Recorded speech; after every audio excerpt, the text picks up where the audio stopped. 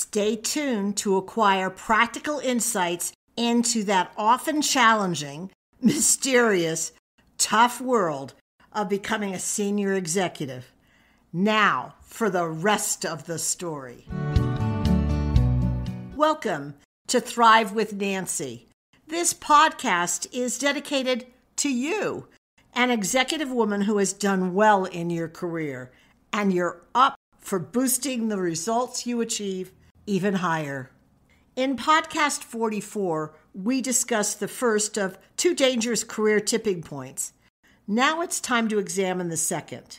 We're paying particular attention to the shifts needed to be successful, which means giving up your skills that you're comfortable with right now. And as important to recognize, it isn't merely the executive who loses when you don't give up those comfort skills. The company does as well. That shift has to be made for the greater good of you and your company.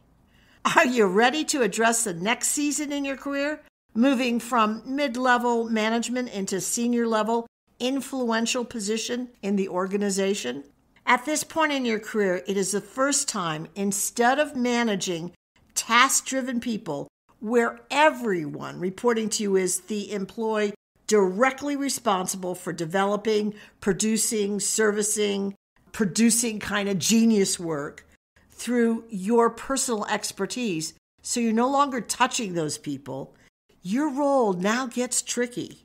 You're managing employees to perform a wider variety of distinctive functions that you're unfamiliar with, that you're not the expert at, and perhaps you're even a neophyte at doing this work, something you may never have experienced in years, perhaps not even since you first took on a position at the company.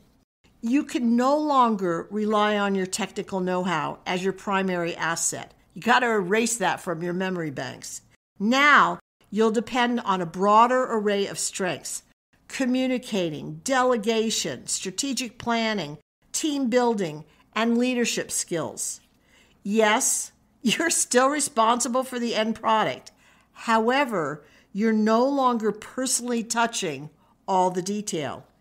It is your job to know the essential tracking points and to keep your eyes on them to ensure your staff is on time, within budget, introducing incremental improvements, and that your employees' focus is aligned with the end results your group is required to achieve. All of this entails an enormous shift in attitude, behavior, skills, and approach.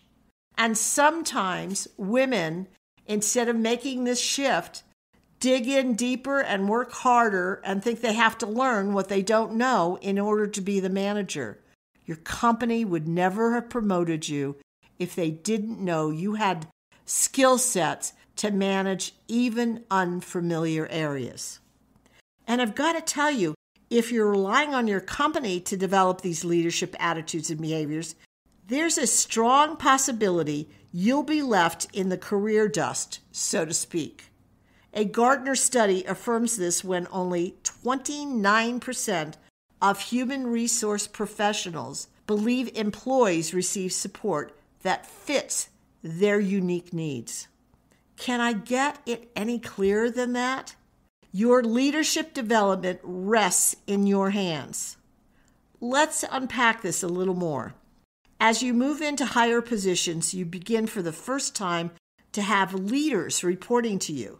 They're already proven their accountability, so managing them requires a very, very different set of skills. Now your job is to provide the long-term vision that will both inspire and give the division clear results for them to pursue on their own. Then you must trust in their abilities and expertise. The success here will be determined based on your long-term vision, judgment of talent, and competency to motivate and enroll them into a collaborative endeavor that produces outstanding results. Your primary role is very different, much bigger than anything you've been measured for before. What your employees need from you at this level is the budget to produce sustainable, cost-effective results, What they need from you is the capital equipment and the people assets to get the job done. They need you to create the strategy to provide profitable outcomes for the organization.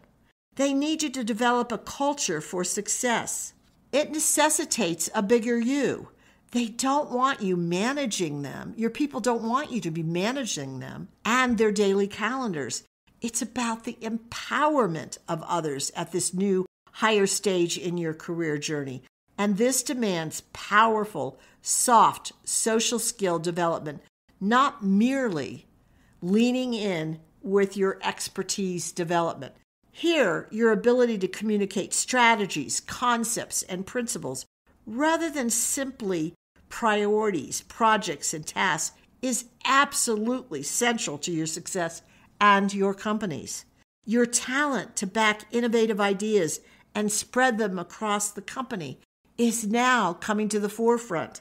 Your view of the world is out into the future, not simply today. It is a bigger picture, broader breadth view, not how to do it. The top of the trees, not the finer detail of each individual tree branch within the forest mentality. You will spend equal time focused on the internal functions as you do external relationships with Wall Street analysts, peers in other companies, stockholders, and other corporate leaders around the country. It is a vast horizon where the success of your division or company is your performance evaluation. Let me offer 3 leadership mindsets you may not have considered in the past, but I assure you they will impact your career future. First is a diversity, equity, and inclusion leadership mindset. Did you know 88% of organizations are saying they're accelerating the DE&I efforts in their company, according to a Korn Ferry survey? And company boards, CEOs, and other senior teams are the drivers to this initiative. Those are who you want to align with and be seen by. What does this mean to you in terms of action? Now that you know this is a priority, consider volunteering for a DE&I company-wide project, or educate yourself on the topic, or make sure it is part of your dialogue when you're hiring or you're involved in people development. These deeds open the door to being seen as a leader before you need to demonstrate it as part of your job responsibilities. Second, the human leadership mindset. I know for many of you, you've been upping the ante on your technical, tactical, target-driven activities, but now that may harm you. Hear that? It could harm you. The higher you go, the more you rely on softer, stronger social skills, which unfortunately are rarely groomed explicitly or fostered in the companies that hire you. And what you have to know, it's now a highly vaunted skill set. So you want to make sure that you're good with people.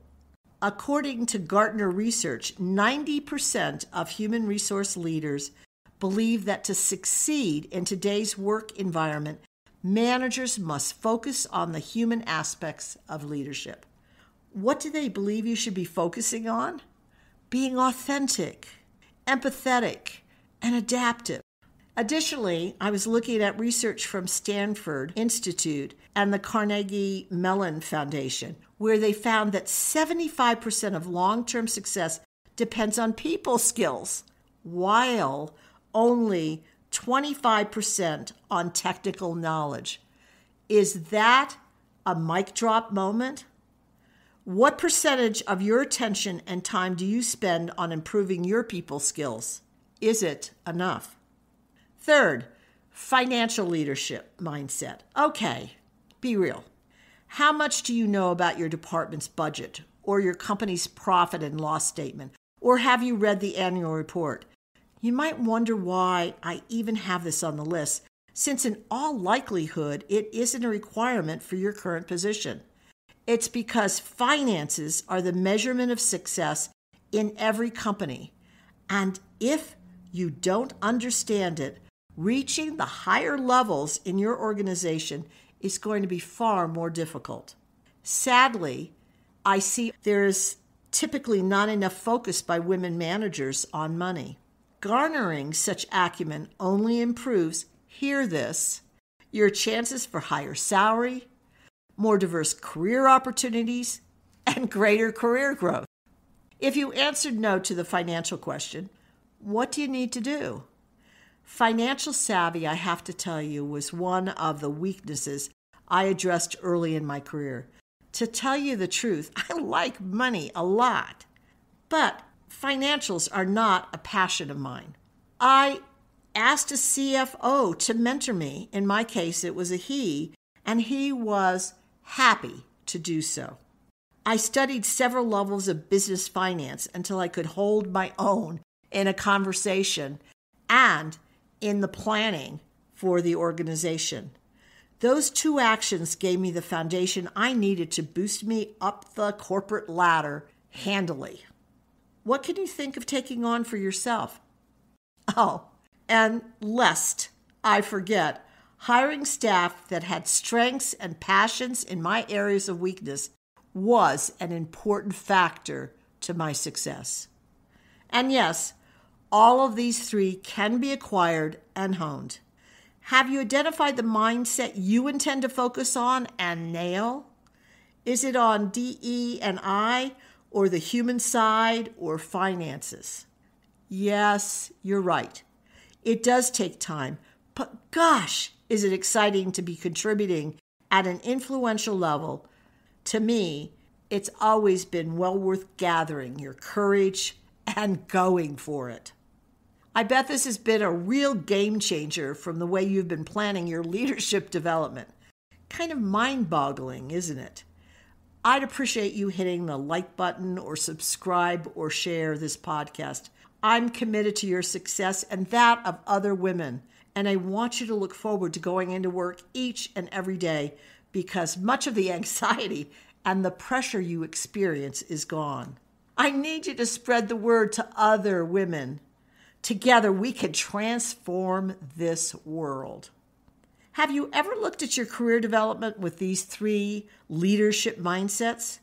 If you haven't, I would be honored to explore a partnering relationship with you to develop and add more executive level skills to your bag of tricks. Check out the Your Strategic Edge coaching program I offer with extras such as a typically $125 a month Thrive at Work Mastermind virtual program with other dynamic executive women that I give you for free when I'm coaching you. That's at www.thrivewithnancy.com/executive/. If you're interested in talking to me, click the link on the page to schedule a free discovery call. I'd love to discuss how together we can achieve all you hope is possible for your career and perhaps even discuss some new ideas you've never thought of before. Let's bring all your giftedness and possibilities to life. Remember, no one ever makes it to the top or even arrives at their next career destination alone. I'm thrilled you've listened to the Thrive with Nancy podcast. My intention is to offer quick tips designed for you to apply right away, ones that will boost your career immediately. I bet you're already considering ways to implement these new ideas. Perfect! Now, if you do me a favor, pass the podcast link on to those who will benefit, your friends and coworkers. Thanks so much.